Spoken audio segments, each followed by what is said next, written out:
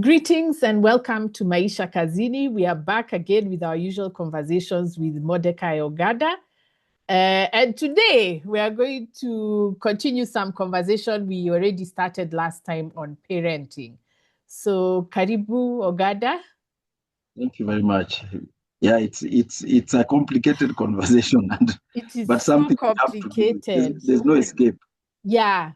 So I think we can start from our inspiration for this. I put out a post on Facebook saying that there are two ideologies that are making our kids go haywire. One is the problem of that money is everything, and I can't remember what the second one was. So I said, if you want us to have a conversation about this, inbox me, and I gave my email. What I was thinking is that people wanted a conversation, but that's not what I got. What I got was people, what do you call these people? Homeschoolers, education consultants, wanting to learn so that they can, whatever we discuss, they can go to do some workshops and sell. I just said, I give up. I give up. And motivational speakers as well. Motivation. I'm sure. Oh yeah, I also got from motivational speakers. So it's people who are not interested in what is going on, what is happening with our children. Them, they want notes. In fact, somebody even came and told me they are coming for notes so that they can go and do the same thing elsewhere. Another one said he wants to improve to find out what research is happening. Sijui meta crisis, I don't know. What is this? Surely, it's a mental stunting that it defies belief, and in any country where imperialism succeeds and takes root as well as it did in Kenya, this becomes a problem, because imperialism, at the core of imperialism, is this hierarchy. There's always someone to tell you what to do, to tell you how to do it. There's a status that you either have or are trying to achieve, or you need to maintain by doing certain things, but there's always instruction. There's always instruction, and we struggle from the highest levels of government. Yeah, we struggle. Kenya doesn't have foreign policy because they are waiting for instruction from the West somewhere. We don't have an environmental policy because we are waiting for instruction from, I don't know, UNEP, UNFCC. Yeah, those or those conservation people. We don't have an education system to speak of because we are waiting for some foreigner to come and tell us this is what is currently being done in Finland, or this is what's being done wherever, and this is what we should do. And we can't find out, even agriculture, we can't decide what we want to grow and why. We grow it because suddenly we've been told there's market for this avocado in China, so let's all start growing avocado. There's market for flowers in Europe, so let's all grow flowers. This season they want pink roses, whatever. Let's all grow pink roses.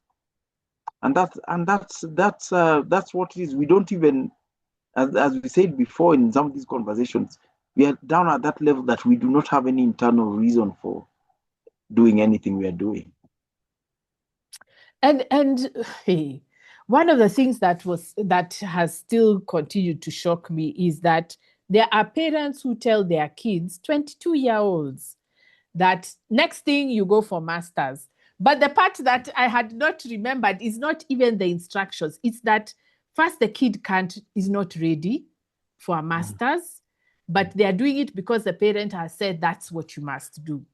And then when they start doing it and they reach the thesis, then now it's the parent to source somebody to write that. I mean, what is it that parents are not getting? I think the tragedy you're talking about is that this sort of behavior is okay in a child. Yes. 0 to 14, 15 years old. But the tragedy is that it's happening in adults. It's happening in people who are themselves parents. Now, there's no way your kid is ready to do his or her master's if you as the parent are the one who even needs to talk to the professor. That kid is not even prepared Yes. to talk to Professor Wandia. Professor, I want to do my master's. It's the dad or mom calling me Yeah. that I want my son or daughter to get into masters. And we don't very few of us realize the tragedy of this infantile behavior. And this we are raising a generation that they will fail so spectacularly in raising families, in trying to develop ideas, in farming, in teaching, in business, and all that, because they're just waiting for instructions. Even our universities wait for instructions on what to teach. They wait for the market, that thing I hate, the market to tell them what to teach. They don't have any policy. I know we don't have conservation policy. We don't have policy on so many things in this country. But it's that infantile. It's that infantile thing. And it's tragic because these students go in, like for you, I feel sorry for you and It's other terrible. other tertiary education teachers. You It's have these kids sitting terrible. in your class. He doesn't know why he or she is there. They're not even interested in what it is they're doing. Someone told them they need to do it. And they're sitting there marking time until they finish because that someone, maybe daddy or mommy, is the one going to get me a job even after I'm done with it. In fact, I'm teaching an exit class this semester. I just told the students, by the way, if you're one of those kids who your parents has already decided where you're going after this class is probably not for you. It's not. Yeah. It's I'm for not grown teaching classes. those kinds of students. You go ask daddy what you want to, Yeah, what this your class is for thing is. grown-ups. Yeah, me, I'm teaching grown-ups. Hey, Yeah, hey, Paka, you pay for your yeah, child's thesis. yeah. What is the parent missing? This kid is going to become a problem to them and to all of us, not just them. The kid will become a problem because they don't know how to do anything themselves. Mm. And you But see, what is that? What is this thing of parents needing to? It's not even spoon feed. It's yeah, to it's wheelbarrow their kids now that we are in yeah, the wheelbarrow regime. yeah, because it's and a lot of those, if you look closely into at the parents who do that, Yeah. that parent himself is likely a civil servant or a senior person in whatever, but wherever he works, there's someone telling him what to do. Yes. And he's doing it very successfully. So he's made money and all that. And my kid now needs to be told what to do. So he's infantile. His position in society or even professionally is owed to someone telling him what to do. And if you look at it, look at even at our top elites in this country. Yeah. How many of them are just who they are because of he's Their the son parents. of so and so. She's the daughter of so and so who was and you look at our independence couple of leaders at independence. Their children who are today themselves grandchildren, grandparents, sorry, are still in positions that they attained or still enjoy property that they obtained because they were sons or daughters of so and so. How many of these political elites have ever gone out and bought a piece of land from Wandia, paid her for 10 acres, and got they're living in inherited houses, farming inherited lands, some even sitting in inherited political positions or seats, and it's all because daddy was so and so or mommy was so and so. So these are infantile people, and they are now in their 70s and 80s by the way, or 60s and above. but they're still infantile. I think we are So copying them. We think yes, that and that's the ideal model. yes, because we admire them so much. That's why we are Yes. actually copying them. We are copying them. And it's not easy. It's not easy raising, especially raising the next generation to be independent. It's not easy, but it is something that you can't escape from. My personal experience now, my son is currently doing tertiary education far away from me. And I keep needing to hear if he's okay and all that. And I keep saying, I go, oh, how is everything going? Good? Say, yeah, I'm fine. And that's that sort of independence growing right there. But imagine, you can imagine how far it is from someone like you whose a parent is coming to tell you about a 30-year-old kid wanted to A 30-year-old son. 30-year-old married kid with children. Yes, The yes, father has been sent to follow up their yeah, transcripts. I please, yeah. Mana. I no no no no no no no no no no. It it is that No. you wonder about that father. Is he aware of what it means to be a father, or whether it's even in the case it's a mother? And this is what we were saying the other time, that you have to learn as your child grows to 10 years old, you have to learn to be a father of a 10-year-old. After 5 years, you have to learn to be the father of a 15-year-old. Mm. After 3 years, you now have to learn to be the father of someone with an ID. Yeah. And even when he's 30, there's still lessons you need to learn to be a father of a 30-year-old. And that's just the thing. People, we are not growing up. And by our generation, I don't mean the youngsters. Our It's generation, the our Gen X, generation. not growing up. Yeah, It's we a are crisis of not. maturity. Mm. Mm. Complete crisis of maturity. One of the comments you made when I sent you some of the responses. Let me see. Okay, apart from these exploiters who want to start their own Yeah, workshops, you yeah. said that people sound so what did you say? Weak, Feeble, yeah, feeble. yeah. Why are we that way? What is the problem? It's I mean, strength is very much um based on self-belief. Mm. And the imperial sort of system and the school system that it engendered is dependent on someone else believing in you. Someone must give you a grade A.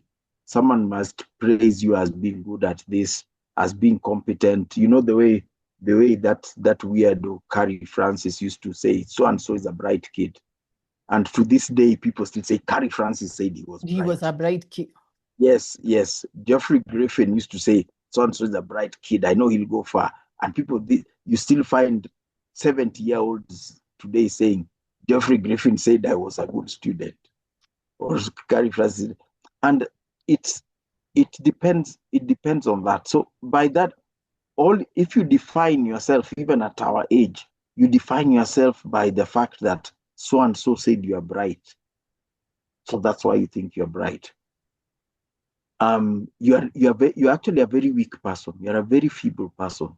So when the system that praised you or built you up or falsely inflated your sense of self-worth, when that system crumbles, you're in trouble. It's like if akin to slavery. The days of slavery, there were certain slaves who would be favored. They'd work in the big house. They wouldn't work in the cotton fields or whatever. And those slaves would be very, very important amongst their peers. They would be they would even dress like in smart Answer. clothes, not the torn rags. Yeah. So when slavery collapses, that person is in a crisis, because the structure that conferred him his status is no Is not longer there. there. He now has to prove himself to be a strong man or intelligent man or loving man or a hardworking man or a creative man. And all through his life, he's never had to think, create, decide anything. It was doing someone's bidding. The problem is a lot of Kenyans don't know that empire is collapsing. I mean, they just hear it. Maybe they hear it, maybe rhetorically, but most Kenyans are not aware. They are not aware that, and you see the irony is they are more insecure. But instead of asking, why am I more insecure? They are feeling, oh no, it's a system. No, in fact, that's not what they are saying. I need to work harder. I need to prove my kid can do this. Instead of asking, why am I more insecure? The system is not working. They start thinking, I need to hustle harder, get an extra penny to do this. And the reason they don't get that is that very few Kenyans understand that Kenya is empire. That Kenya is imperialist. That's why they look, you see the way Kenyans look at what happened in Nepal, like, the way we watch Premier League football, like that's happening over there. Oh, it's fun. That's fun. They look at the Philippines, they say, oh, that's interesting. Look at Madagascar and they say, oh, look at what's happening over there. Look at Morocco. They say, oh, wow, look at that. What's happening there? They don't realize that that's us. That's us. They look at that and realize that no, they can't see it, and it will catch them pants down. So that's the problem. And right now we get to the point where, as you are saying, the ability of our economy or job opportunities to absorb the multitudes who didn't have connections has diminished, or I can say has disappeared. It's collapsed. So it's now remained without connections. And now we've gotten to the point where if you look in both the public and private sectors, even the driver, relatively junior staff, is employed by connections. Even the driver. That's where we are. So those outside that circle, instead of protesting at this injustice, they say, even me, I need to find connections. Yes. So they go around asking them, do you know the governor? Can you introduce me to him? Actually, that thing started with neoliberalism, I remember, because was it around 2010? I used to be told, because of course we were being put under pressure to market your programs, get corporate sponsorship. So I was always being told about how I needed to attend some meetings, be seen in some clubs. I don't know what. And then that's how you get connections. Yes, networking. I tried. I did know better. Networking. I tried. It didn't work. It doesn't work. They turn into a carpetbagger. I suffer so much because I, by nature, I'm a pretty introverted person. I don't want to go up to someone and talk to them. I know, it's humiliating. Someone I don't know. I don't want to talk to them. I don't want them to talk to me. I don't want to ask them about them. I don't want to tell them about myself. And this is where we hid that myth. A crumbling system hides behind those myths and glitzy parties and all that. But I shouldn't have to go there. If I'm a good scientist, good biologist or wildlife ecologist, I should be able to get into that sector. If I'm a good writer, I should be able to write my books or get employed as a writer or as a journalist and that kind of thing. But you need to, and it's all those connections. I know the son of so and so.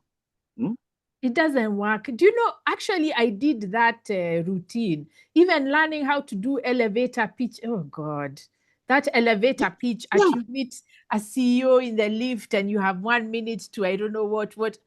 Oh, please. It doesn't work. swear to you, if I met like Peter Ndegwa in a lift, I wouldn't talk to him. No, in I fact, might say hi.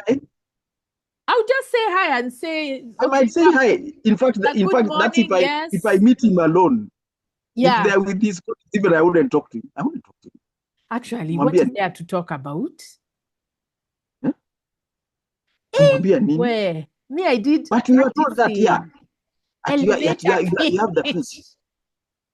Actually, now I practice that. I meet him in the lift, and then I tell him, "Hi, sir. How are you? I'm from here. I want to." Oh, God. I mean, wouldn't he be insulted? Me, I would.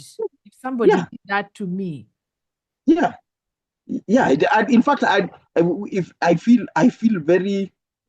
I feel almost violated. Like, yeah, I don't want you coming up to me. Yeah, I just don't want busy thinking about the next board meeting, and then you're telling me about some miscellaneous program you want sponsorship. What is that? Do I not have privacy? Yeah. The share price collapsed by 5 shillings yesterday, and the value has gone down by 8 billion. And you're telling me about your what? Hey. Imagine that's what we used to be told. 2010s. Yes. The Kibaki era was fire. Yeah. That era was fire. It was very bad. And I've seen many people over the years. People who have zero interest in horse racing are constantly going for Tungong race course there for horse race, because that's where they. Because that's where connections are, or what? Yeah, like today it's a race. Today's racing is sponsored by EABL, so the bigwigs of EABL are there. So kimbia huko. Then you start pitching. At the safari rally, at the safari rally, there's like the Safaricom corporate tent. Now you go there, find your way there. You'll go there, you'll meet Kinandegwa. What is that? But it has become religion. People believe it. Yes, it's become paradigm. And the bad thing is that the people who make those connections, it doesn't happen like that. His dad called, or his brother knows this guy and called him, like, there's my brother, okay, let's tell him to come tomorrow. Yeah. It's never a chance meeting. Like, it doesn't happen like that. Imperialism doesn't work like that. And it's about interests and relationships. So you are like a nanny, like a nobody, and you think an elevator pitch is what is going to save you. Hey, no, people are not serious. No. I mean, the reality is that it feeds, this system feeds on itself, such that if, for instance, the president's son qualifies as an accountant, accounting firms will scramble to hire that boy. Because it's not because of his skills in QuickBooks. Because of the attention. Because of who he is. It's because of who he is and the connections that will provide. It doesn't even need to be said, but the president will be aware that my daughter is working at this and that company. And in fact, even that son, he doesn't need to say anything. No. He just needs to go and work. Because that's what this is. It's about work. Yeah. Go work. And then people will say, I hear at this farm, so and so. Yeah. People don't know that that's how it works. They think it's that you actually go introducing, here is my son, so and so, let him do for you. In fact, these beneficiaries even pretend. That president's son will actually pretend and go through the act of going there with these papers in a brown envelope, thinking that these papers are the reason they are taking. I know. And the worst thing about that play acting, that in the fullness of time, they even get these kids they get even promoted to management or partner positions, etc. In the fullness of time, they actually get to believe that it's because they are of their hard work. Do you know how many of these people will tell you, like, yeah, you have to work hard. I worked hard and look, I've now made it to partner at age 32. I've worked hard. Oh no! Oh, And they talk to young people and say, I made my first million at age 25 or whatever my first whatever at age 25. That shows what you can do with hard work. Even Kina Bill Gates were saying like those things, and Zuckerberg, Yes. Kumbe, their families had cushioned They are them. children of multimillionaires. Don't you remember Ngina Kenyatta telling the young people, you must create employment, stop looking for jobs. You need to create jobs. And I confess that I saw that on TV that day. I was so upset that I laughed out loud to avoid crying. God. But that's imperialism. Imperialism is a system that makes you blind to those kinds of things. Yes. Yeah. So those of us who have the vast majority who have the energy and intellectual resources, instead of fighting to change this system or subvert its unfairness, we fight for inclusion into that nonsense. Jesus. It's almost like the way the so-called fight against corruption is in Kenya. If you fight to be included, you make enough noise about it so that you are also given a bribe. To keep quiet. Yeah. Or you scream about corruption when you have lost an election and now you're outside the system. When you're now outside the cabinet, you can say cabinet meetings, they were just about corruption. And those who are screaming about it before now shut up now that they are in cabinet or parliament or whatever. That's the biggest challenge we have, that we believe in a myth, a fake myth, and instead of trying to create a just reality, we work so hard for inclusion in the organized crime that is our system. And it's interesting that you say that, because me, when I try to point out those things, Kenyans get annoyed. They don't want to hear, they don't want to understand how the system works. In fact, in a way, you might think that, but the issue might be that they do understand it and they know that they depend upon it. So now what you are doing... They wanted a better system. No. When you are benefiting from that crap system, it's fine. But they're miserable. The crap system is only bad. They wouldn't be following me. If it was so good, they would not be on my page. They know this thing is not working. Yeah, I think now you have come to the point of immaturity. It's that they know something's wrong. I mean, I've seen it in the conservation field. And I say 99% of those in conservation, certainly in Kenya, are all cowards and servants of imperialism. But there are those who say that, hey, this thing, there's something going bad here. And they take time to call me or email me and tell me, and hope that I will talk about it, because they won't. Mimi siwezi kuongea. Unajua, mimi siwezi kuongea, but there's this thing happening here.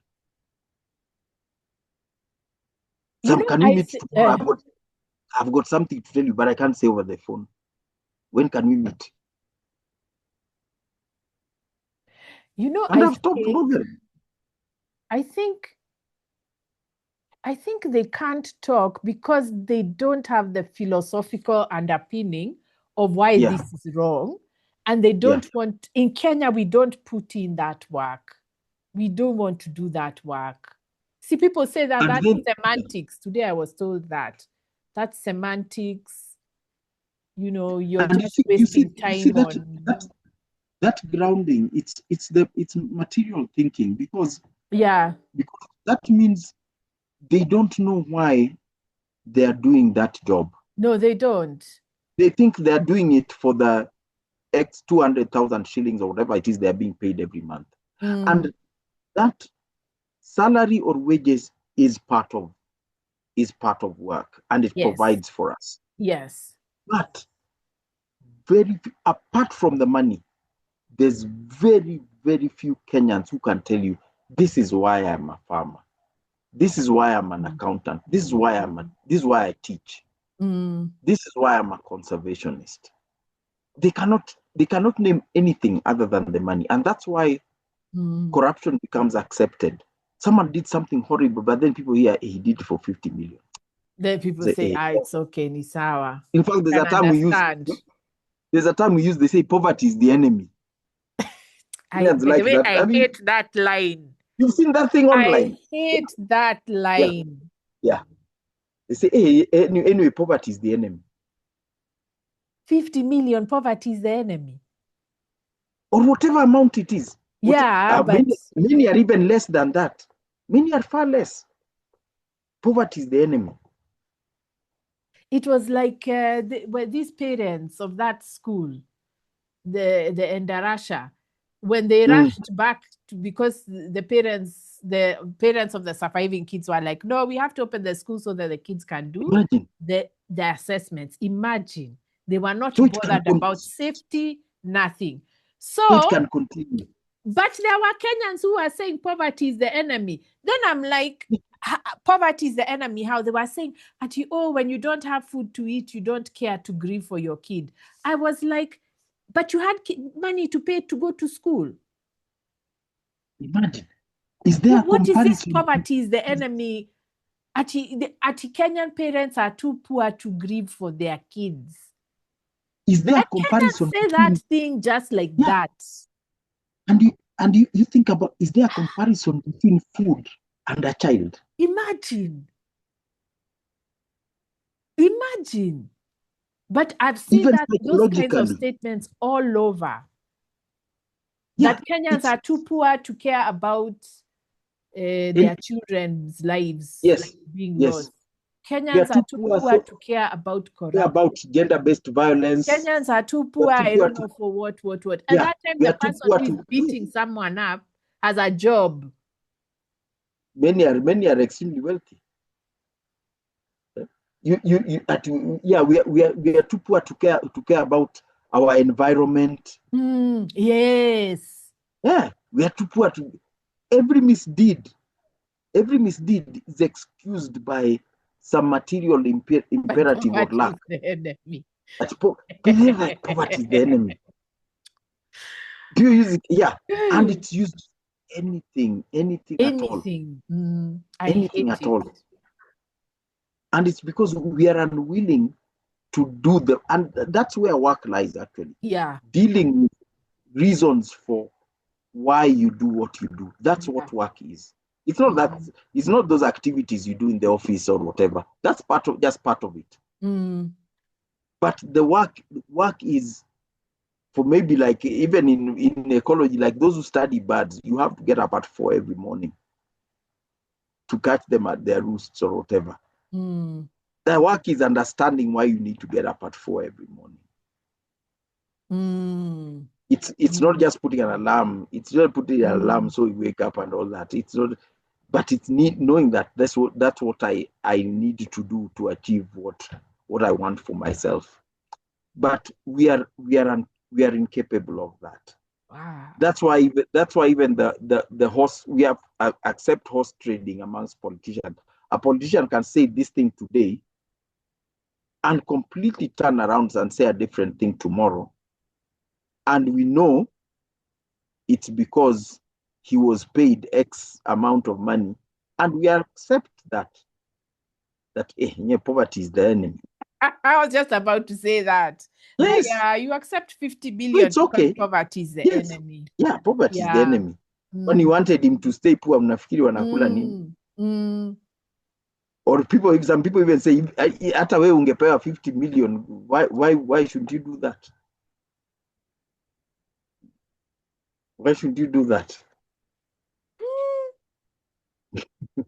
No, yeah, Kenyans. This imperialism, it has really And you seeped say into our even it's systems. gotten to the point that even if you say something, Yeah. someone wonders who paid you to say that. As in, we forgot that I can actually think and have an opinion within myself Yeah. without Yeah. being paid. It's like that student who quoted me twice. Yeah. Yeah. She didn't think that I would know my own work. You get? Yeah. You're quoting me to me, and it Yes. doesn't occur And to you you, I expect would say, no, I didn't write that. That's where we've reached. That's where we've reached. That's where we reach. That's why a lot of things I say even about policy, the most vexing question so many people is like, who does Mordecai work for? Like, who's paying him to say these things? Because you don't have a brain, you can't say it yourself. Yeah, Maybe you they can't. should check You can't be. ChatGPT. Yeah, you can't possibly. Even if you know those things, you can't possibly be saying it without someone paying you to do so. What? It's a disaster. It's an absolute disaster. So this is the thing we are passing on to our children. And then we are Yes. wondering why our children are behaving in grotesque ways which don't make even sense. In fact, they look at us and sneer. And we are worthy of those sneers.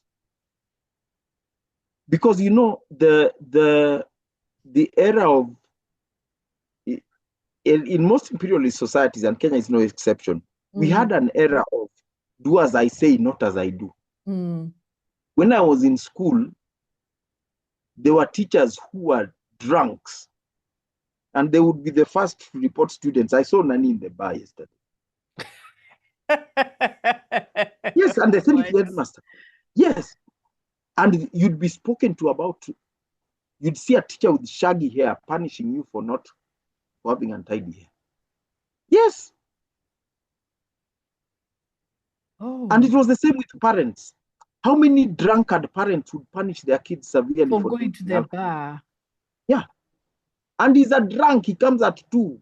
This kid sees him coming home at 2, banging the door, whatever, or hurling abuse at the mother. The mother. Yeah. But those are the parents who would punish his kid severely because he even had a hint somewhere that his kid was drinking yesterday. So we've passed that era. Kids these days just look at you. You are there drinking, then you're telling him not to drink. He's just sneering. But he sees you behaving in a certain, my dad should never hear of me saying that. I've never heard my dad say such a word. So I can never say such.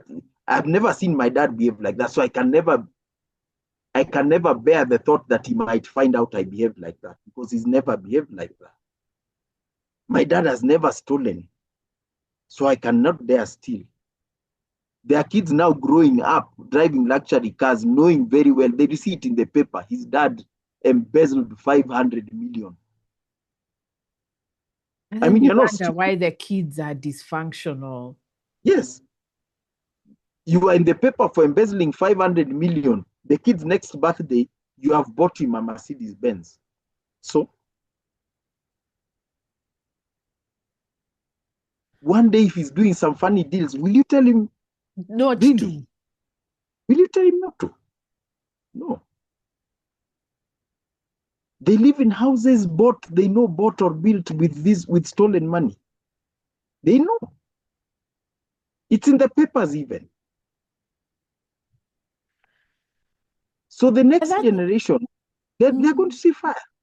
I mean, we're going to see fire from our kids. In fact, parents are already suffering. Like one example which was sent of this, and this was not the only one. This kid has just told the parents, there's no point of going to school. All I need to do is meet a rich politician and I get wealthy. Another one has decided, I'm not going to school. I need to meet it's not Sonko, Babu Owino. And then I'm sorted. Then I'm sorted. Well, let me just check for that message. It was so disturbing. I am a guardian to a 15-year-old who isn't interested in anything and education. He doesn't have to do anything to attain. He doesn't have to do anything to attain anything education-wise. That's what the kid is saying. And another one I saw on, and this is happening at this a point, lot. the kid is 15. The kid is At 15. this point, he is 15. He's 15 and he knows what to do in life. There was another one, this guy, when I shared this, somebody shared with me on X, how their neighbor, the kid, has decided, I just need to meet Babu Owino or Sonko and I'm sorted. And I'm set. Yeah. So what are you telling me to go to school? What are you telling me to work hard? That is where the teenagers are now. And you see, every time these people come to a market where we are at, we are the ones taking selfies with them. Yes, yes. Of course, our kids think that this is their role model. I mean, parents are not serious. In fact, yeah. That's why when these politicians even stand to give some press statement, even many of their false statements, we are the ones standing next. You see those people standing behind. I always watch those people. Yeah. The politicians saying nonsense. The guys.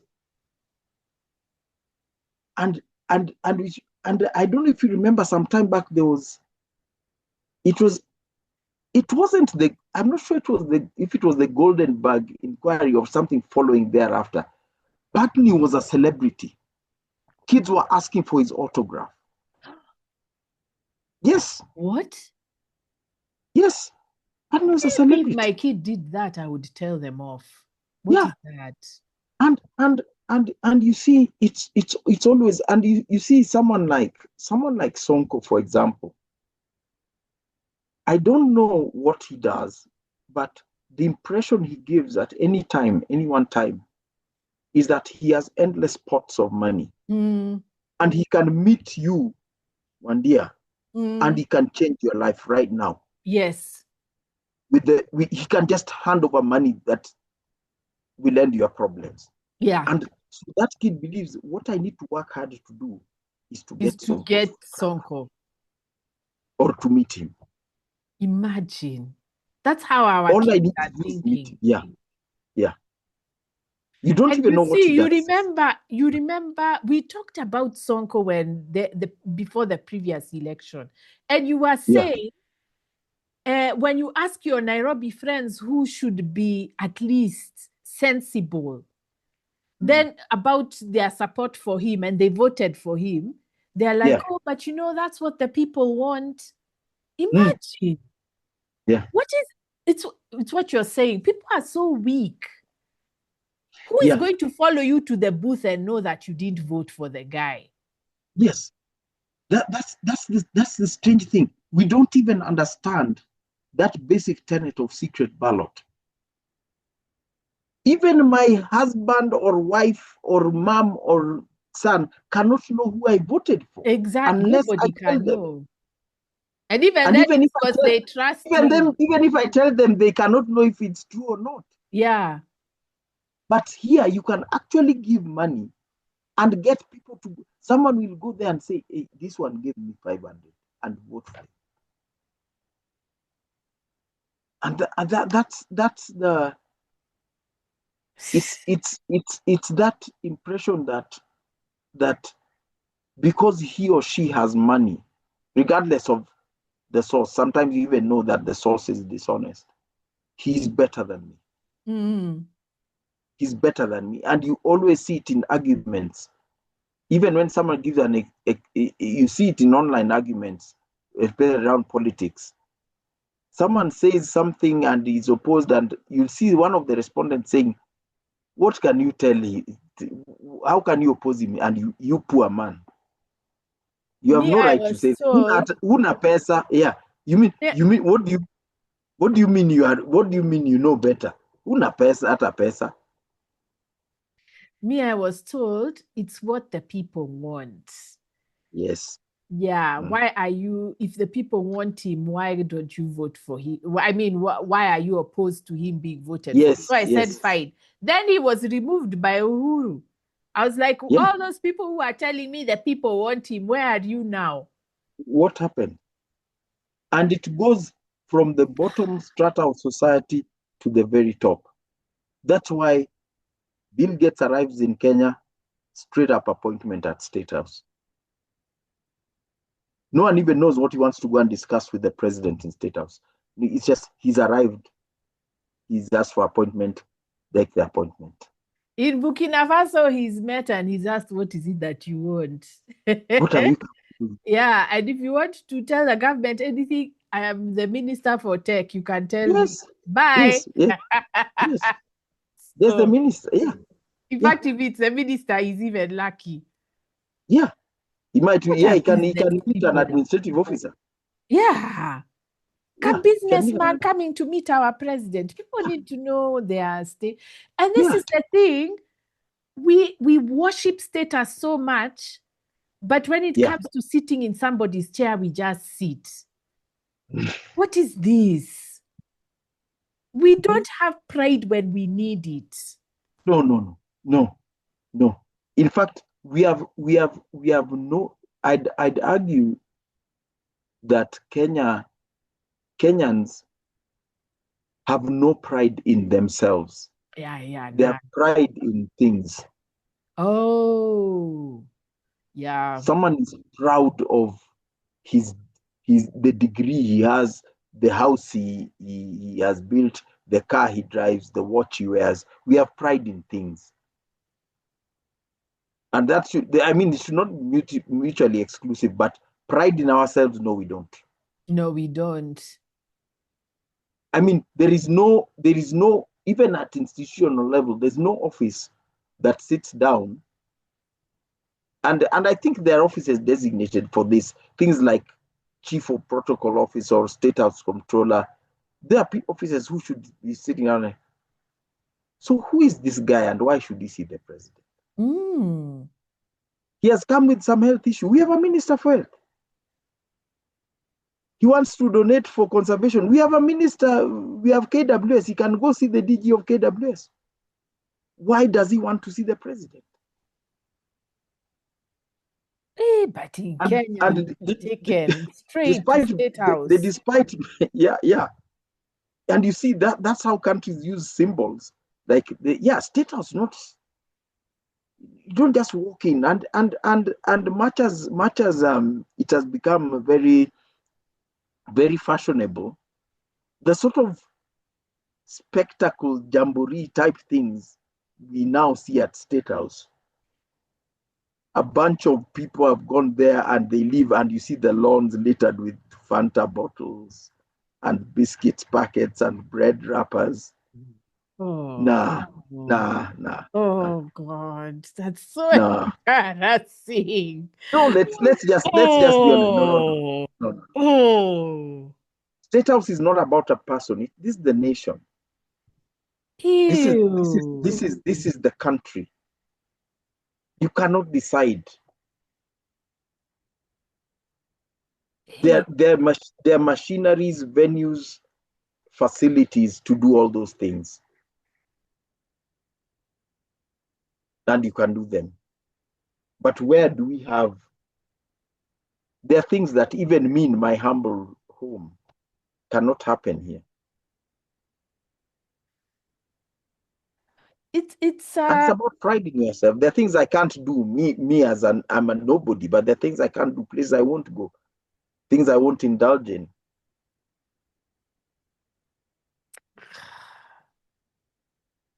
How do Kenyans get away with this? Because you see, the problem is abroad, we have this reputation. And of course, I think it is done by the Western media. But Africans from other countries think we've got it together. In fact, actually, remember, there was a time we had said we'll talk about that. Because of what David Hundeyin was saying, at us, we are not by Wazungu. Remember? Yeah.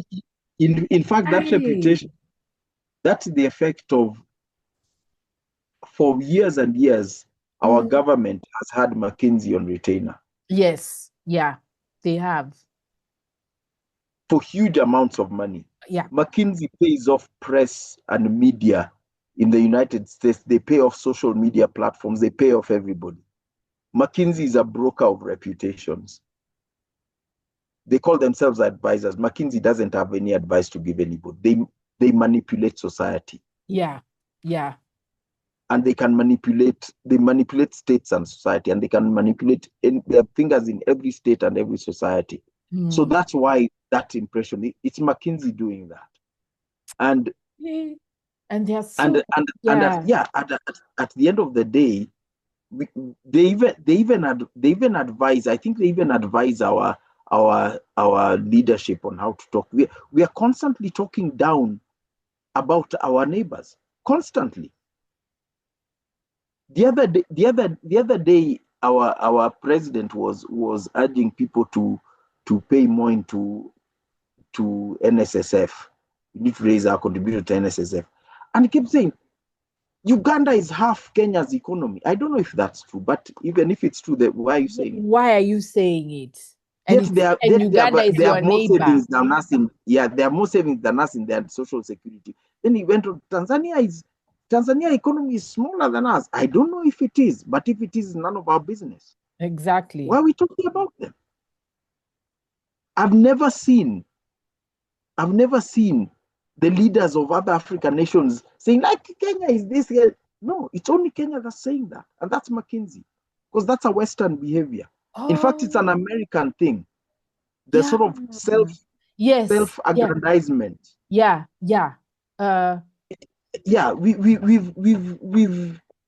Let's do our thing, do it well. And you will, I mean, if you do your thing and you do it well, you will gain from it. And you will be praised for it. But it reminds me of a Senegalese saying I had some time, that soap cannot wash itself. Yeah, that's true. It can't. Yeah, soap cannot wash itself. But that's the same thing why McKinsey does things like creating these funny misplaced and mysterious online polls that suddenly says Kenya is the top sixth country in this, that, the other. Kenya is the best managed economy in I don't know what. There's all these things, but you go Kenya is top AI, I don't know what. Yeah. You find where's the source of this? You end up in a rabbit hole. It comes from nowhere. But that's what these advisory agencies do. So that if you complain that something's not working well in Kenya, you seem like you're crazy. What's wrong there's something wrong with you. What do you mean it's not working? Here we've been shown we are close to Singapore. We are as good as Singapore, and you are here telling us you're telling us that we are doing poorly in this, that, the other.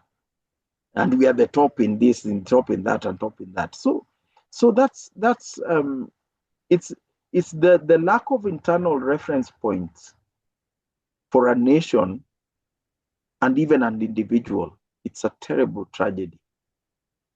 Because that's why you can maybe misbehave or overindulge in alcohol. You are a drunk, and then you say, no, the neighboring guy he slept in the ditch last night. Actually, it's the same thing, isn't it?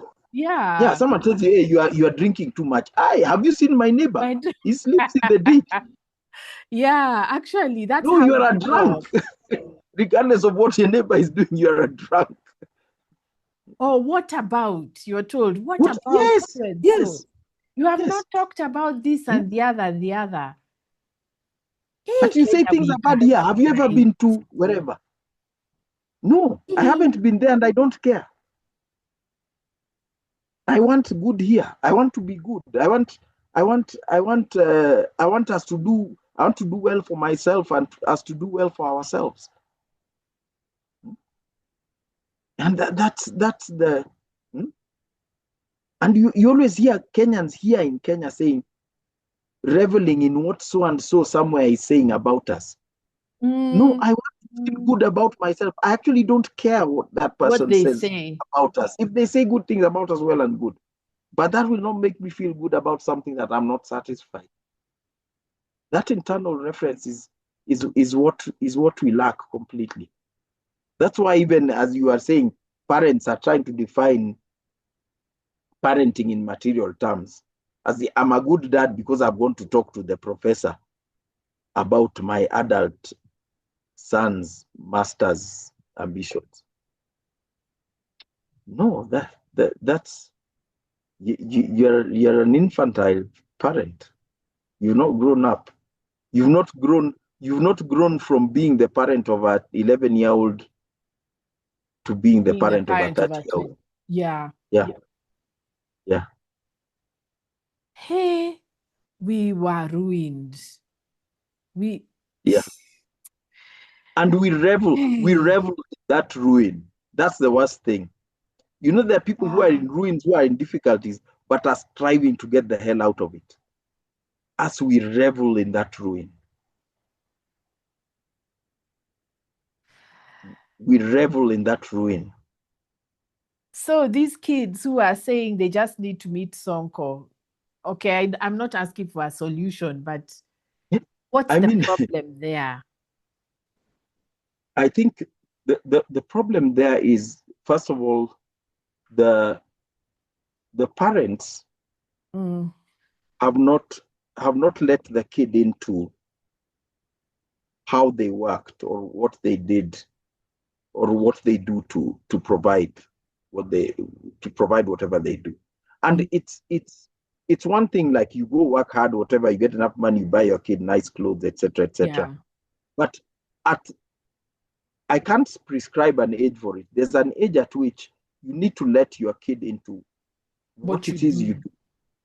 No, I don't think there's You any, have, I think you yeah, have to do it from the very start. yeah, because You have to tell them what it is you do, what you did at the office. But you see, you maybe have you to are show not them. going to the office. Maybe Yeah, that's where the problem is. yeah.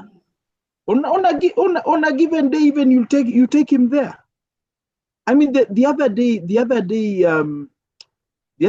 my friend Abdullah Bule of Nuria Bookstore, he was opening Oh a new branch in yeah, Mombasa, yeah. and he had a little As a kid. kid, I know his son. He was yeah. going was following him, photographing, and The, mm, the kid is there taking his pictures, but he's seeing my dad runs a bookshop. yes, this is what He's my seeing the father bookshop, and does. he's seeing customers coming. They're buying Buying books. Some are books. browsing, chatting with it. He's putting some books and sending a boda rider to deliver somewhere, and all. And that's what the kid absorbs. But you find people, your kid is up to, he's no longer a kid now. Your son or daughter is an adult, 20s, 30s, and you just give. You even, to the point of things that are not material. You even talk to Professor Wandia and tell him, okay, I've talked to Professor Wandia about your masters. You go and see her on Tuesday. And it's that They, bad. It's instead that of bad. saying, have you checked the Yeah, website? What do they say yeah. about application? Go there. Kwanza, what do you want to do in What do you for want your to master? do? What do you want to do? Literature. Okay, are you interested in these the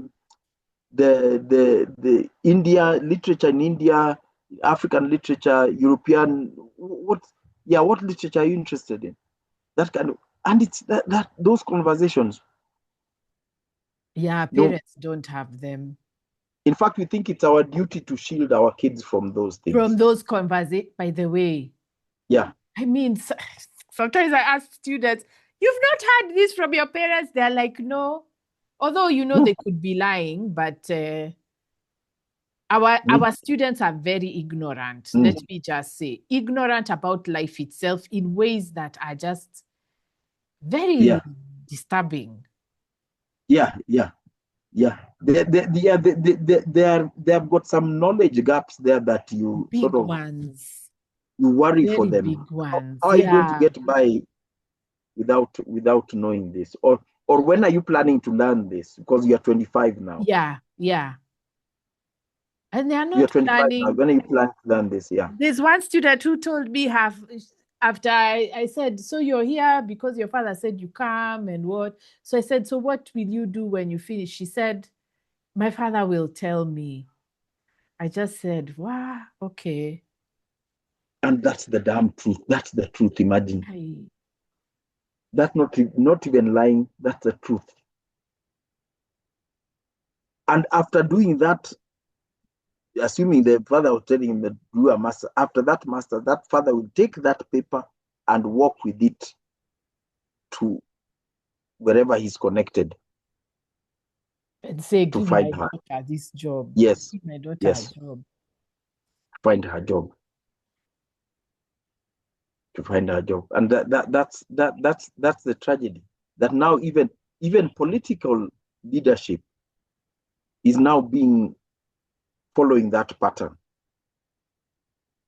I hang on to this politician's coattails, he will get me, I'll get an ambassador position, or I'll get a parastatal job position from hanging on these coattails.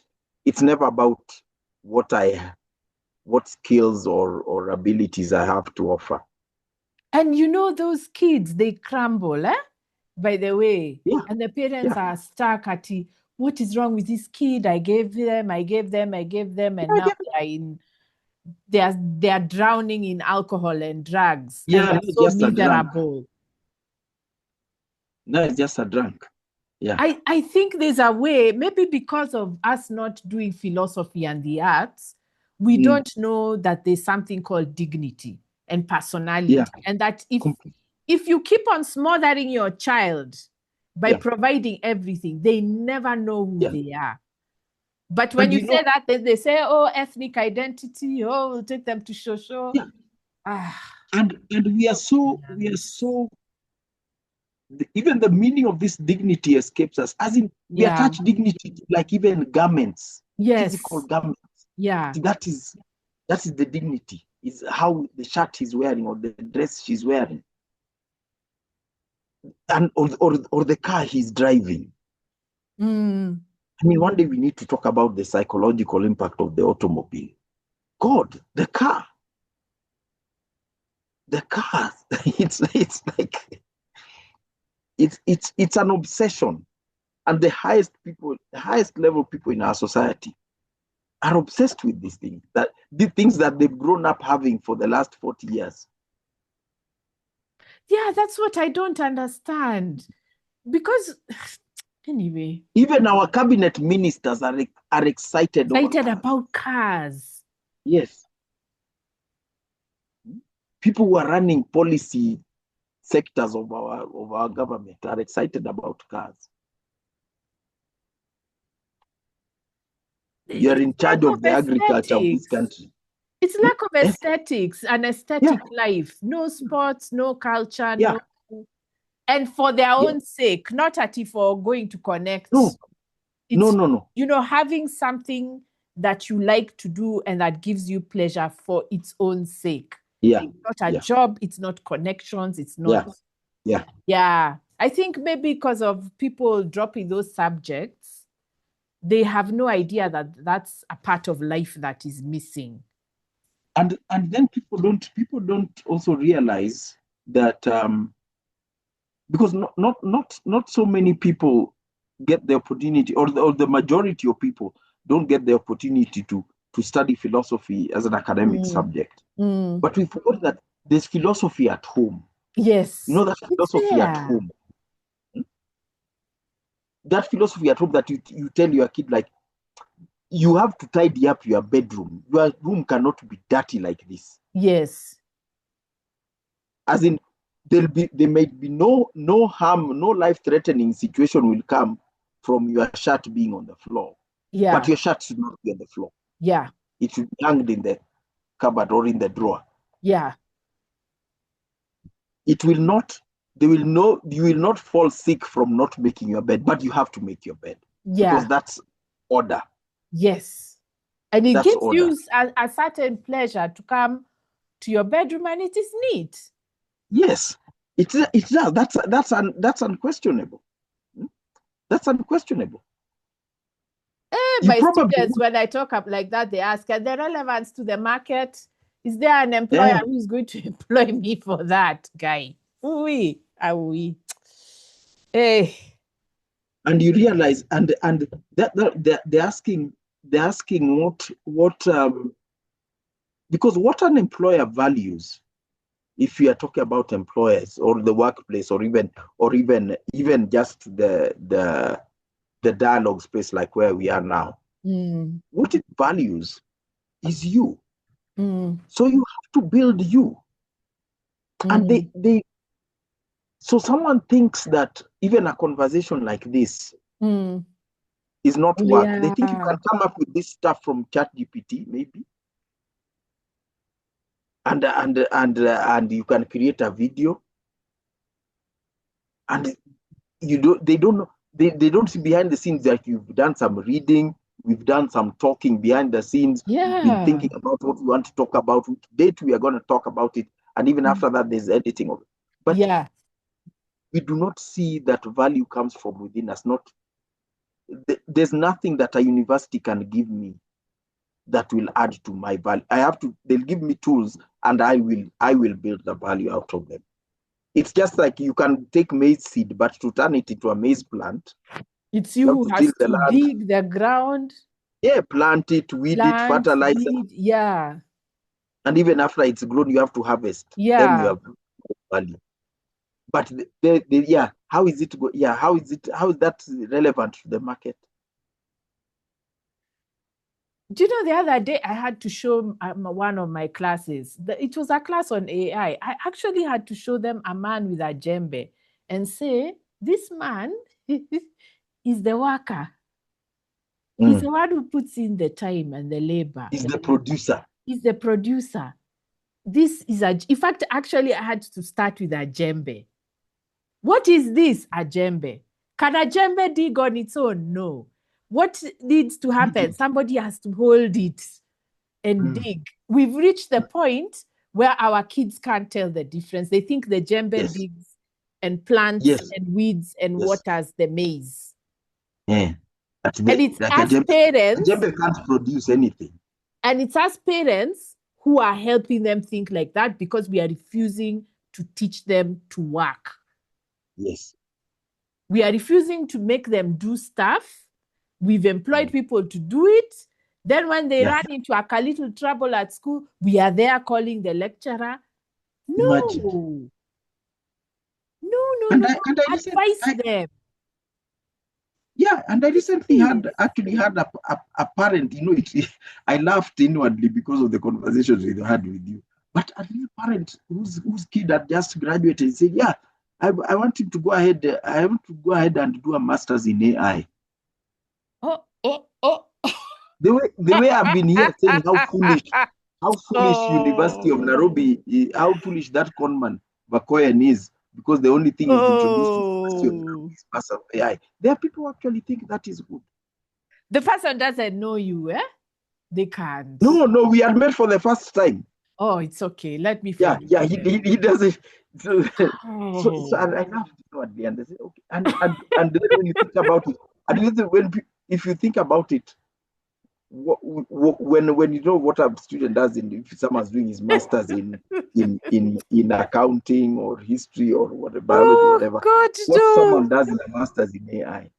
No, I can't. I cannot. No, I can't.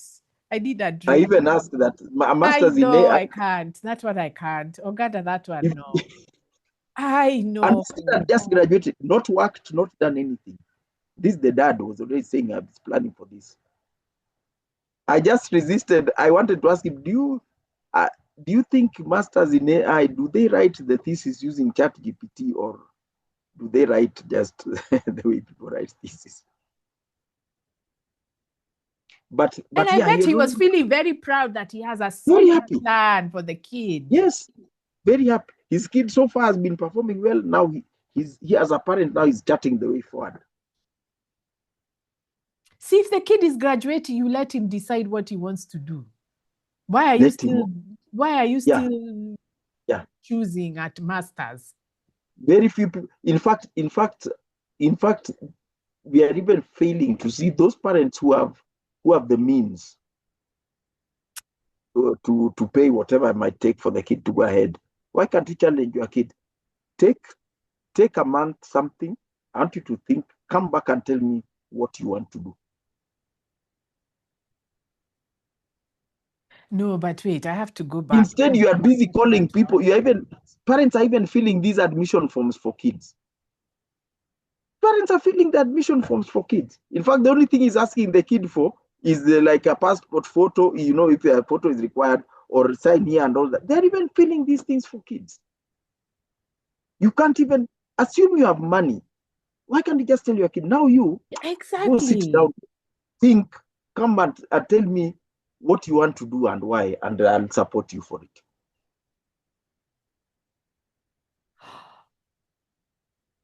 How hard is that? Isn't that the best thing about having money? Yani, I have money, I can support my kid in anything. You come and tell me. If they want to do fashion design, I can support. Come and tell me the school where you want to do it. And have you taken the admission? Bring me the forms. Let me see what you have applied to do. That's that challenge. But that's why, you have adults growing up, they can't even decide where they want to live. How do they, there are so many decisions in life. Where am I going to live? Why?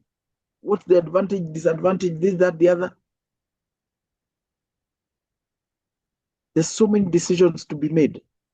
And the job of the parent is to say, this is what you need to consider. It's not to tell the kid, make this decision. Yeah. But I think we don't have knowledge. That's what I was going to come to, even with this. This parent who is saying my kid will do a master's in A, that's ignorance. Let me just say, that's ignorance. Yeah, because we don't have, because you can't share what you don't have. If you don't have knowledge, you can't share knowledge. And you see, this is what I find interesting about Kenya. It's possible to be in a space for years and years and not know something, which is in your field. I don't know how I don't know whether it's the gods of imperialism or what. Somebody organized our knowledge so well that it's possible to stay in a field for years and not know something about your field. Yeah, our spaces are so linearly designed. Very, very. That you see like that tray which people use for producing seedlings for vegetables. It has many. We are like pigeonholes like that. We are put in a pigeonhole. So there's the search for knowledge outside your pigeonhole. Actually as an act of insurgency. Yes. There are people, and I'm in the conservation field. I know people who've worked in the field for 30, 35 years and had success within what they were doing in the field, and have now retired, and they don't know anything. That one now I can believe. There are people who started when I was a student, and right now they're so ignorant about conservation after 40 years that you wonder. And they are in the field. Yes. Talk to retired civil servants. Very few of them know anything about anything. He knows perfectly how government circulars go from head of civil service to PS to this, that, the other, government accounting systems. He knows them even in his sleep if you wake him up at 2. But do you know anything about imperialism? No. And conservation, No. Hey, you can even work in Ministry of Finance and it's scary. It's very scary. It's scary. So this man or this parent saying, oh, my kid AI, oh Lord, that's a man who has no idea what education. Oh, Jesus. They don't know. They don't know what education is. They don't know what a because assuming your kid has done, let's say, and any tertiary or undergraduate qualifications in IT. Yeah. Now from there he can choose. I want to go into design because there's IT you see. design, interior design, whether clothing design or whatever. You can decide now. I want to go into business. There's use of IT in business. I want to go into gaming, designing this, coding, writing this code. Those are all fields of IT. Now, you want to go into what's that? That's what I can't. What's that? And what are we doing? And that's why we will How ignorant do you have to be that? Who are you hanging around? What conversations are you having? No what external. Are you watching? There are people that's so serious. Do you know what's happening to such people? Because of the algorithms, people of our age, every time you open YouTube, what does it show you? Yes, you get that AI. advert. Yes. When you open Facebook, what do you get? AI. Apple. So these are people who actually it has got them. And they don't know what algorithm. Because he's someone he's someone around my age, yeah. He's someone around my age. Even his kid is around the age of my kid. But I realized, and where are you getting this thing from? Then I realized, kumbe it's working. But that thing they're doing is working.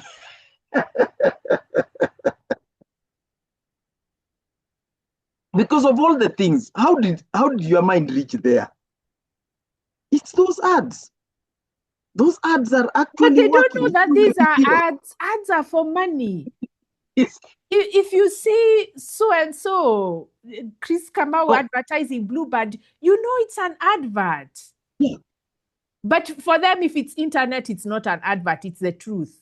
Yes. And then, oh Lord, the tone of there's AI advertising is that hey, you need this. You'll be finished if you don't. It's almost like a threat. Yes. And they actually say, if you're over 40 and you don't know this, you're finished. I've seen those ads, yeah. In fact, I press quickly. I'm like, why are you threatening me? Yeah, it's a threat. Yeah. If you're over 40 and you don't know this, you have to, everybody over 40 should do this. Otherwise, this is the only.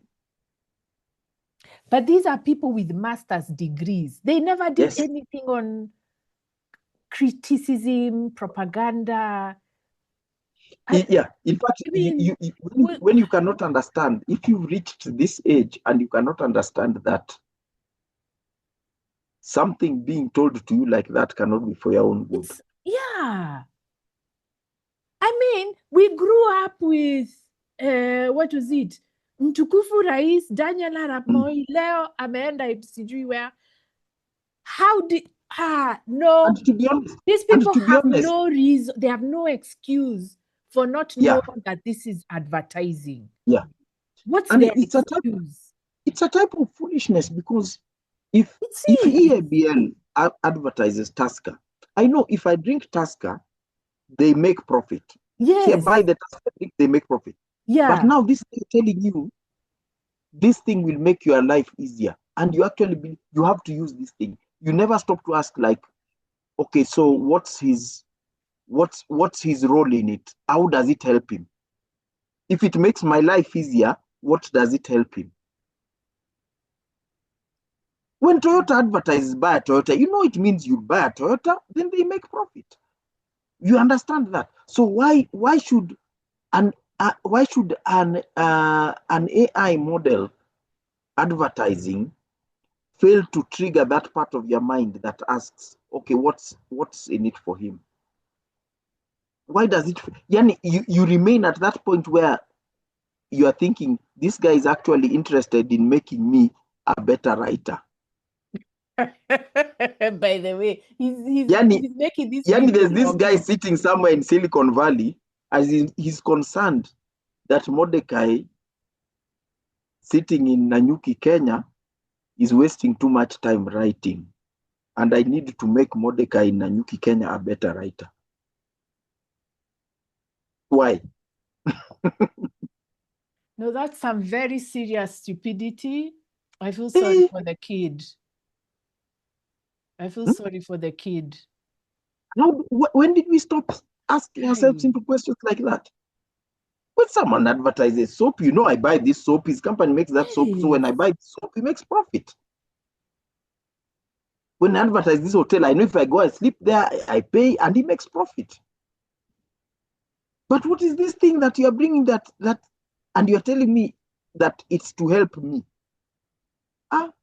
Why do you want to help me? But tech has a mystique about it. Tech and the internet, Yes. they have an added layer of mystique that makes people forget that this is Yes. business as usual. Yes. This You is can. not different. That's why it's almost impossible to defraud someone, average Kenyan face to face like this. I call him that I've got something I'm selling here and all that. But you put it online. Put that fraud online. And those of us who are of a certain age, we even remember there was a time in Kenya when there was a field of study called computer.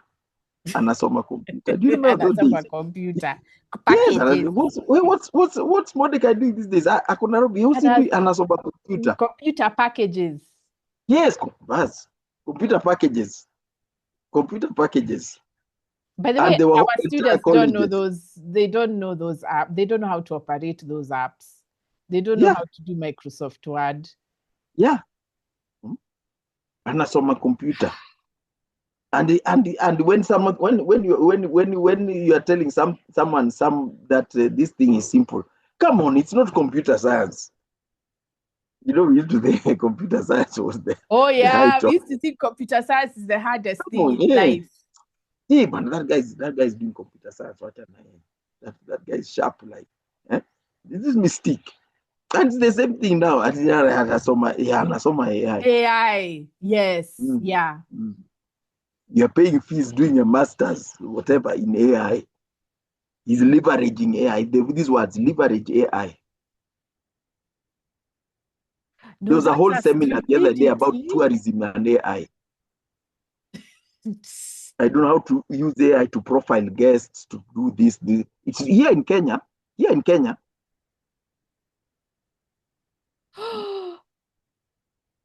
How to give, I don't know, virtual advertising of this or this. Hey, that one, now I give up. That one, No, a parent who can say that, that's a person who lives in an alternate universe. These ads which They don't live in the irritate, real world. yeah, these ads which irritate us and we keep pressing skip. There are people who Yes, read them as the truth. people are listening to that thing. People are listening to these things. And you see, like for me, because when I'm teaching French, I have to keep on looking for pronunciation, whatever. So my laptop, I mean, my algorithms, they know that I look for foreign language and AI. So all the ads I get are foreign language and AI. How does it not occur to somebody? But they don't know what algorithms are. What am I saying? Yeah. They don't know what They those actually are. think there's someone. They actually think there's someone somewhere who cares about him. They think there's someone somewhere who cares about him. But there's TV. They know how TV operates. Why do they think that internet is different? You see, it's the pigeonholes you're saying. Our minds are so pigeonholed. It never occurs to us that the way I watch a TV screen is the same as the computer screen. It's the same principle. So adverts on TV are the same as adverts on internet. People are paying Google and YouTube for those ads. Yes. No, it's not. You cannot be that stupid. People think YouTube is a friendly community welfare service. Well, I mean, people don't think YouTube is a company. How does YouTube make money? Or Google? They think Google is just a friendly assistant. No, or Facebook is just to keep families together, keep friends and families in touch. And you see, then our kids approach the internet that way. They think the internet has all the answers and all they need to do is ask ChatGPT. See, I told you I attended a seminar where some young writer was saying, like, my editor, I've got a ChatGPT assistant. Every time I write a paragraph, I ask her, she had even given this bot a name. Ask her, and she says that's stunning work. And I'm happy. And sometimes when I'm upset, I just chat to this bot about I had a bad day in it.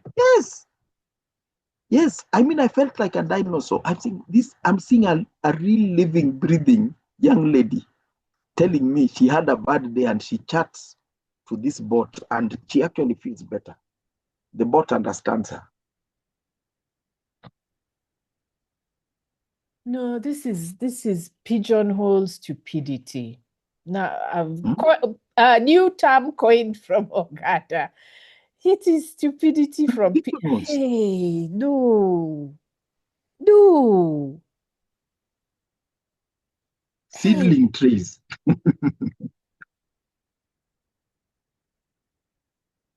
We cannot escape from that little slot. And with time, if I say 50 years ago, the pigeonholes were a bit big. Yeah. As in there was a pigeonhole that talks about agriculture, the whole continuum from water supply, fertilizer, to marketing and export and everything, and tools, implements. Now the pigeonholes have grown smaller. There's someone who's only dealing with the fertilizer. He doesn't even know about seeds or implements or markets. Water. There's a guy dealing with seeds. He doesn't even know about water. There's a guy dealing with the export markets. Him is just a broker. He doesn't even know where this food, this produce comes from, and he doesn't care. He's just dealing with the, I don't know, export markets to Europe or whatever. He doesn't know and doesn't care. The pigeonholes have grown smaller and smaller, and we call that efficiency, downsizing. We call it rationalization. And that is sort of how the mentality of the people involved is going smaller and smaller and smaller and smaller and smaller. In the future, we will have someone, an officer in the Ministry of Agriculture, dealing with maize pollination only.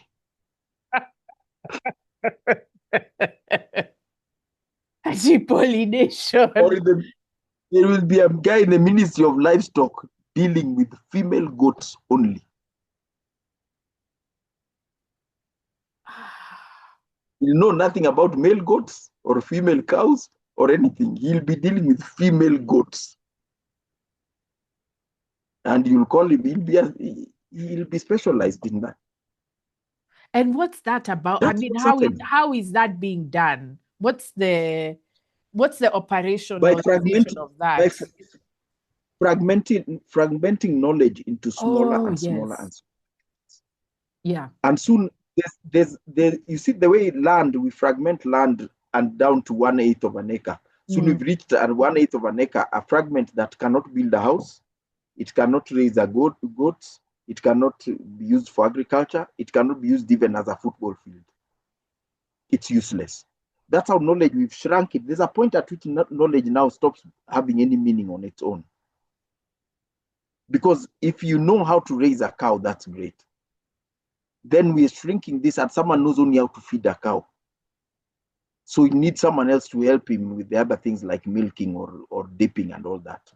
Or someone who only knows how to dip a cow. He doesn't know how to milk, he doesn't know anything about anything else. So when we fragment knowledge into points that small, you find someone is very specialized in a very small thing. And it destroys us.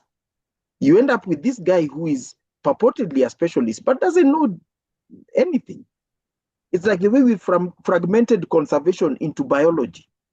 And now I'm a conservation scientist. I know that lions eat this and they raise cubs this way and all that. I know nothing about conflict between lion and livestock producers. I don't know how much space lions need. I don't know how much prey they need. I don't know about all these different things.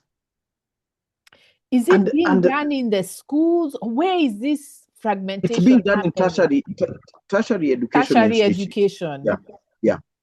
But increasingly, we've now started taking it to schools. Yeah, the with pathways. CBC, yeah, we've done that. Pathways. We now want a kid, pathways. as in a kid who's good in football, will know nothing about anything else. And you remember in school, there were some kids, I remember some kids who he's so good in physics, then he's one of the best in music. There were kids like that in school. Yeah, we had one. I remember there was one girl. That will not happen anymore. That will not happen anymore. That one who's so good in drama, yet is the top student in agriculture. That won't happen anymore. Almost all the top students in sports were actually even near the top academically. Yeah. They were the best rounded guys. That is true. But that won't happen. We've started fragmenting at school level. At school level, yeah. We will no longer accepted, yeah. Yes. So someone like, if you're a parent of someone like Joe Masiga, who was a top footballer, is now also one of the top dentists in Kenya, he would have been told, now football, you're now in STEM. You're in the STEM pathway.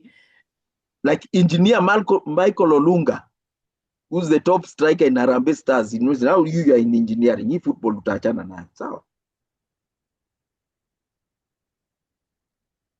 Engineer that is, you don't want him near the football field. Yeah, I see what you're saying. It's done in subtle ways every day. People are always being told, achana na you. Yeah. Because even I've asked people in conservation science, like, I see people today in 2025 trapping and collaring elephants. And ask, why are you collaring an elephant today in 2025? And you want to know home range sizes. We've known elephant home range sizes for at least 60 years. That's bullshit. That's treadmill, whatever. Yes. You're running on a treadmill. Yeah.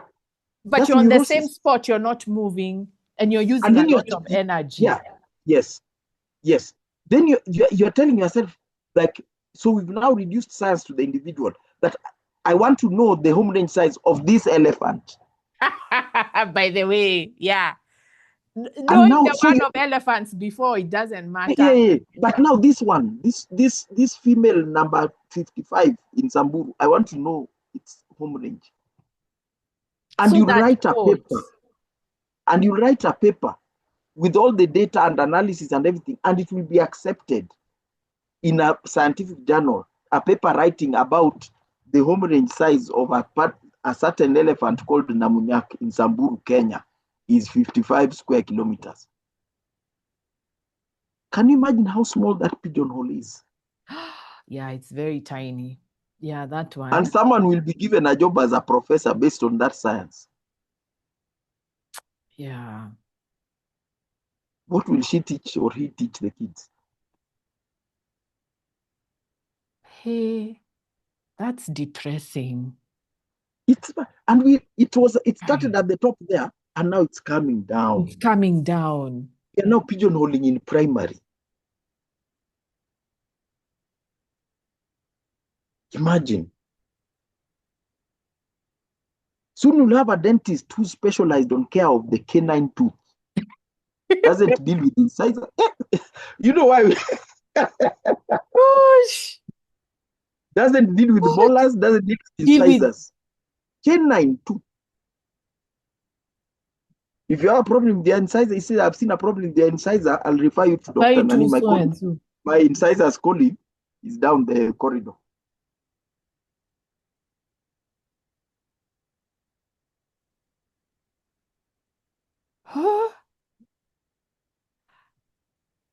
We are thinking that we are progressing, but we are actually, we are going backwards. Gosh. Backwards.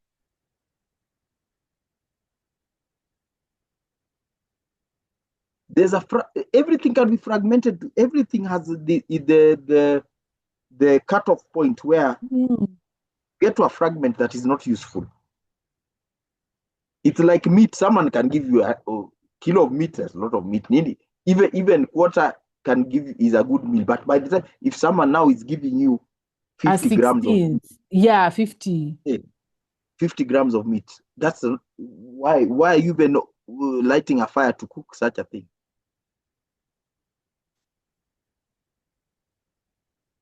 Or do you still call that meat? I had meat for lunch.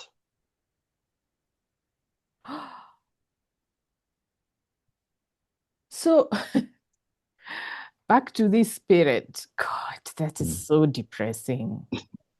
It's so depressing. It is. Especially since the world is circular. Even as I'm sitting here breathing, I have to have fresh air. I have to have a strong chair. There are so many things that my presence here is dependent upon. Strong chair, fresh air, light, electricity, internet. There are 20 different things that are making this me possible to just talk to you now. Yes. Then you want to narrow these things to one thing. You want to narrow interactions to one thing. So what do they do during the okay? What do they do during the weekend, for example? We are trying to create spaces.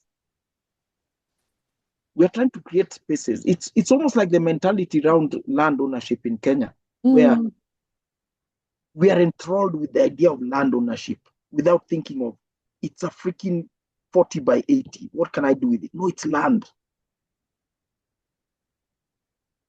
It's land. That's why we want to create spaces even in academia of specialization, specializing on smaller and smaller and smaller and narrower fields, such that at the end of the day, that specialization doesn't mean.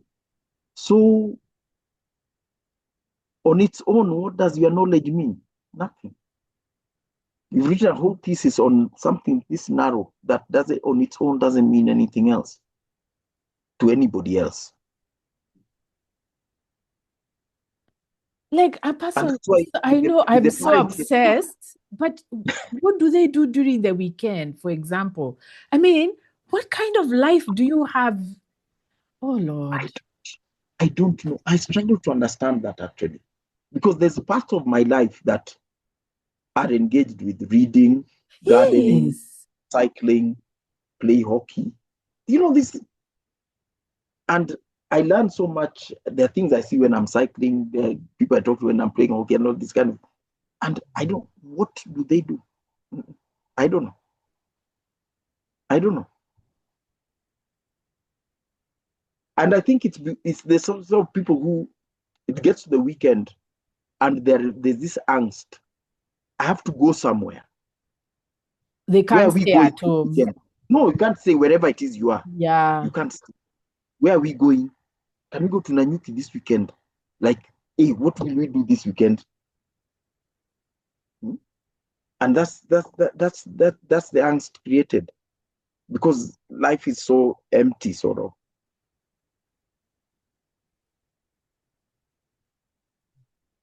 You know, and for such a person to teach a kid or raise a kid, I want my kid to do. Oh Lord, I pray for that child. Oh dear Lord. Yeah. May God open his eyes and realize that this is nonsense. Oh. Wow. So, you know, this was not supposed to be a discussion to advise parents what to do, but that's what they expected. Yeah. They expected advice on what to do. But we are saying that's not where the problem is. Yeah, the problem is where? Yeah. They're expecting advice on what to do with the kid or what to tell the kid. Yeah. But what they need to deal with is themselves. Yes.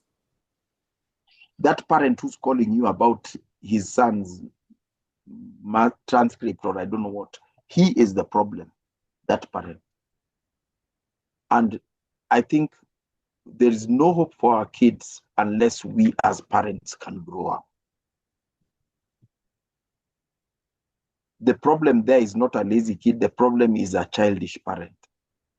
Ooh. It's not a lazy kid. It's a childish parent. It's a juvenile parent. And we keep thinking that being a parent or a grown-up is a quantitative physical thing, because I'm now 5'11", I'm 40 years old, so that makes me a parent or makes me a dad or a mom. It's just like the way we think someone being 8 years old means he's an elder or she's an elder. If you don't grow up, you're just an 80-year-old. You're not an elder.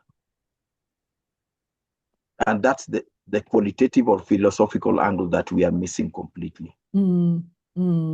Completely.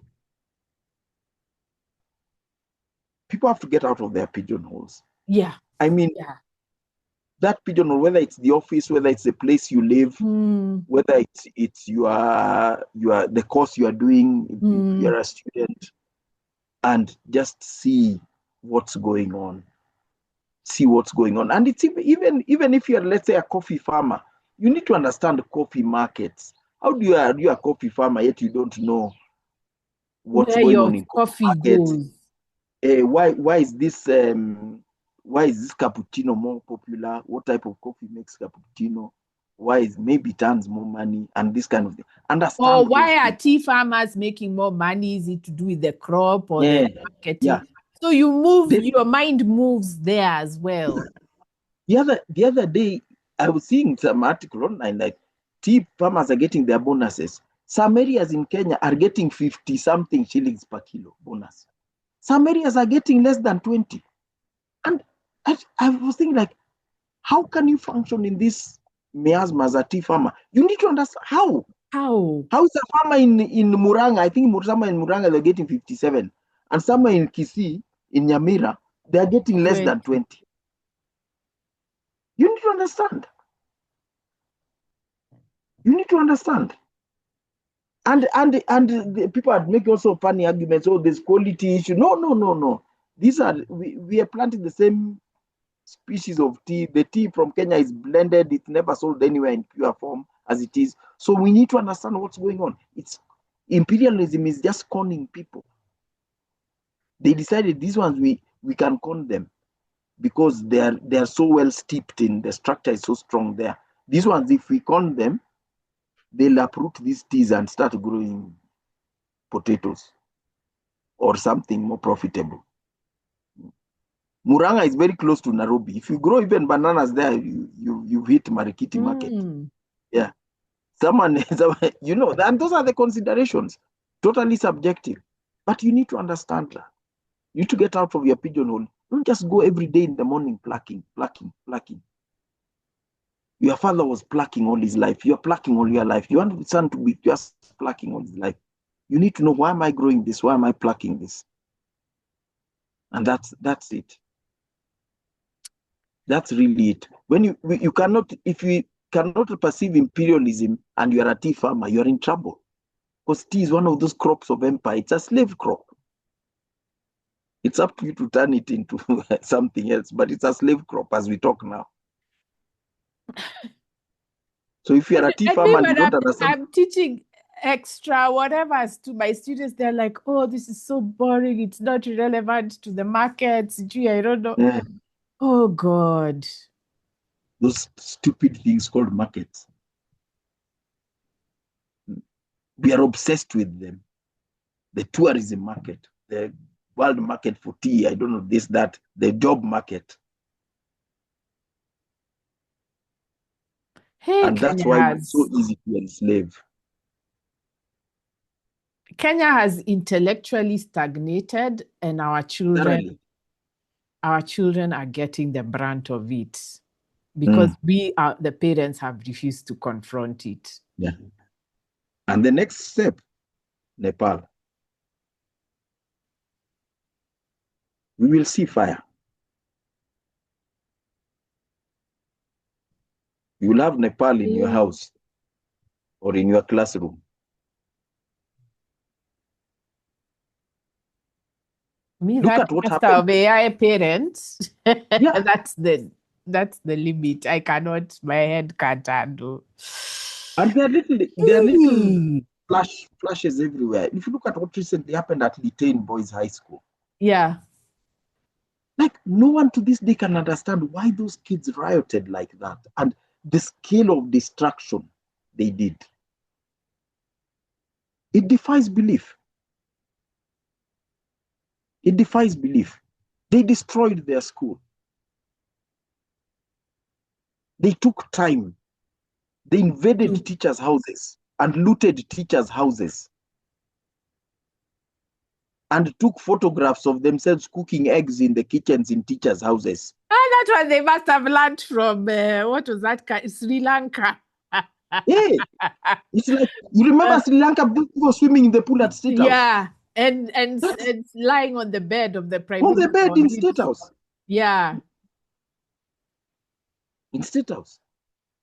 You see, that's the thing.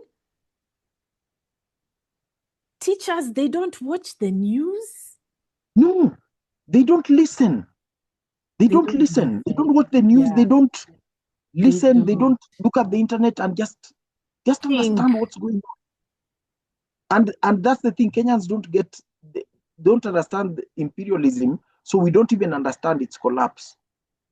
A teacher in Litain might have watched the news about Nepal and he's like, hey, yeah, ask he's Gen watching it Zs the way to you watch a movie. Maliza. Hey, huyo ni minister anapigwa kofi hivyo.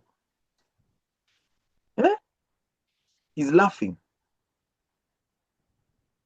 Yeah, there's like an ignorance in Kenya, which is quite we think we live in another world. We don't live in this same world. We don't. We live like in when I hear world. professors praising CBC, in fact, I don't even say anything. I just say, okay, we live in different planets. You say, okay, sawa. Yeah, sawa. I mean, what is there to say? We clearly live in a different, we are not in the same world. We exist in different spaces. We exist in different spaces and yet we're in the same profession. How is that even possible? Yes. And people are not bothered. The same profession in the same institution. Some are even your colleagues in the same university. What? I have feared Kenyans. Me, I thought I knew the rock bottom of Kenyan ignorance, but that parent is the mother.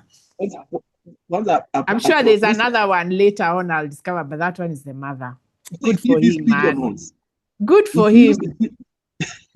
Man, if you use the pigeonholes, you see the pigeonhole can be a bit shallow. It's a bit shallow at primary school or school, whatever. But as you advance in education, the pigeonholes, the walls grow. A professor is in a very deep pigeonhole. You see what I mean? The one of a professor, it's deep. Hey. I feel like the one of a high school student is a shallow pigeonhole you can jump out or climb out. Oh yeah. Even of an undergraduate. But a professor or a civil servant, that pigeonhole is deep. It's deep. He can't even see the exit. When it's seeing a small hole up there, it's like you're in a well. Me, if I met that parent, I would say, a parent I wouldn't even talk or stream. Just say a parent and I'll pay for it. I praise myself for restraint. You can do for that one. So I praise myself for restraint. I said, I can imagine. You did burst out laughing. Did they know you eventually? Did they eventually know who you are? No. It was a social setting anyway. It was a social setting. To him, man. It must be very good to live like that, where you can ignore. Yeah, it's very comfortable actually. Such a person very comfortable. That one I can't even debate with. I'll just say, boss. Boss. You can live like that. Well, it must be very good. Mefika. Thank you so much for this conversation. Not at all. It's not what the parents expected, but I hope it helps someone. Let it help them, because even for me it's cathartic to talk out these things. So let them pick what they will from that. When a buffet is laid out, it's up to you to decide if I'll serve some salad. Pick what you can from there and take it, and may it help you. Hey, masters, man, Yes. good for him. Good for him. I want to live like that, where I can be ignorant like that. That's awesome. That's comfort. That's comfort for you. That's really awesome. Hey, it's a miracle. Yeah. Hey. You're saying this foolish school of AI. Yeah, but it's a There savior are for some people who people. are saying, oh, my Yeah. child. Thank God, At that school. imefika. That's what for my son or my daughter. Ah, okay. Thank you Sawa. so much. Not at all.